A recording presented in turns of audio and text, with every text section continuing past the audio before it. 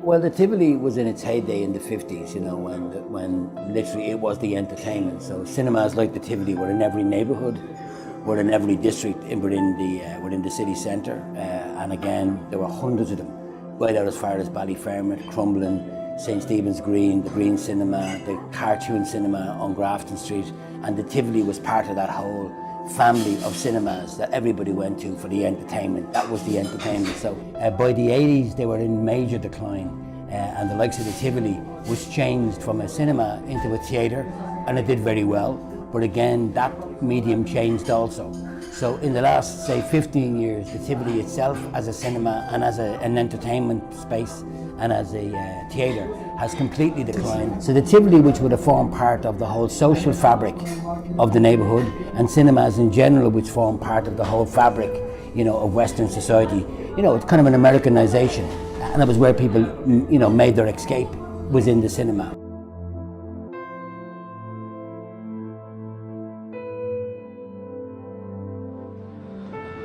The old Tibbo, sure, it was more than a picture house.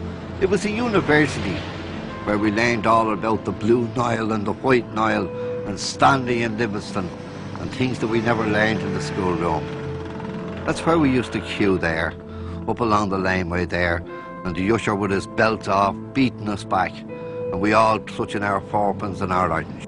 We are storytellers, you know, historically, but we do have a culture of listening to people in, whether it's in a pub doing a sean nos or whatever. So I think it's that kind of experience is in us already, and it's in us from an early age. So it's something that we latch onto very quickly. And I think in terms of live performance and live gigs, there's a lot going on in Dublin. So many live things happening, and there's so many people going to events. So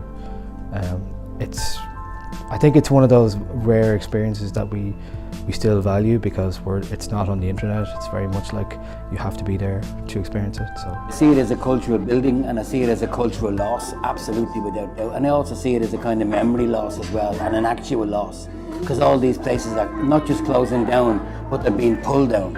So they're being taken away. So you lose that fabric, you lose that memory, and you lose the presence of it on the street, and it starts to change. So it turns into nostalgia, and unfortunately it's not really being captured as part of the social history and part of what it really meant to that particular neighbourhood, because children grew up there, adults, you know, met each other in there, and it also formed part of that bigger education, like where the national education had a curriculum which was very restrictive. The cinema education, where you got your big world view, was presented from the likes of the Tivoli cinema. So yeah, there is a loss here, and there is a replacement, but the replacement is substitute, and the replacement is some kind of artificial, because I don't know whether it's going to have that same meaning, you know, and that same kind of experience is going to be delivered by the cultural provision of the new build. It's definitely a cultural loss to the city for sure, because it's an outlet for a lot of people, and when one outlet closes, then we don't get a replacement. Then, you know, it does affect the culture. It affects where people can play. It affects where people can get support slots. It's very rare for a DJ perspective or a producer to get to play in a venue that big. They don't get to play there every week. So having an option or the chance to be able to play in a venue like that going doesn't help big time. You know, really doesn't help improve what's going on locally, or it means that there's nowhere to really go. You know, if you're an aspiring DJ or producer, you'll be doing small shows, and then you'll have to book a very big show, and that's tough. The Dublin 8 area is completely undergone a rejuvenation and a gentrification, and most of what's going in there would be coming from a very much a middle class sensibility and a middle class aesthetic, and coming from an architectural aesthetic. It isn't coming from a built community, and it isn't forming part of a built community. It really doesn't have its genesis in the community. We keep catering to tourists and don't cater to locals. Like, where's the local culture go, and what is the attraction then?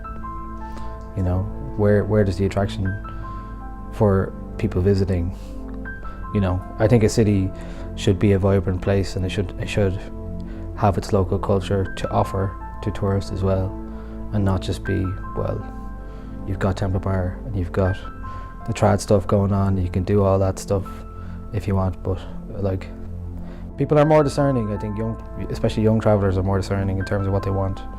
If I go to a city, you might want to go to a gig and see something that's local or like something that's going on there. You don't necessarily want just to go to a bar and not experience what's going on there. What we are looking at here is a grieving process. We're not looking at a celebratory process.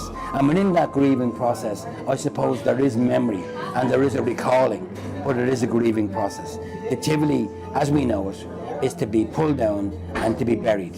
And the memory will live on, but it will also fade. So it is that grieving process. It is the process of loss.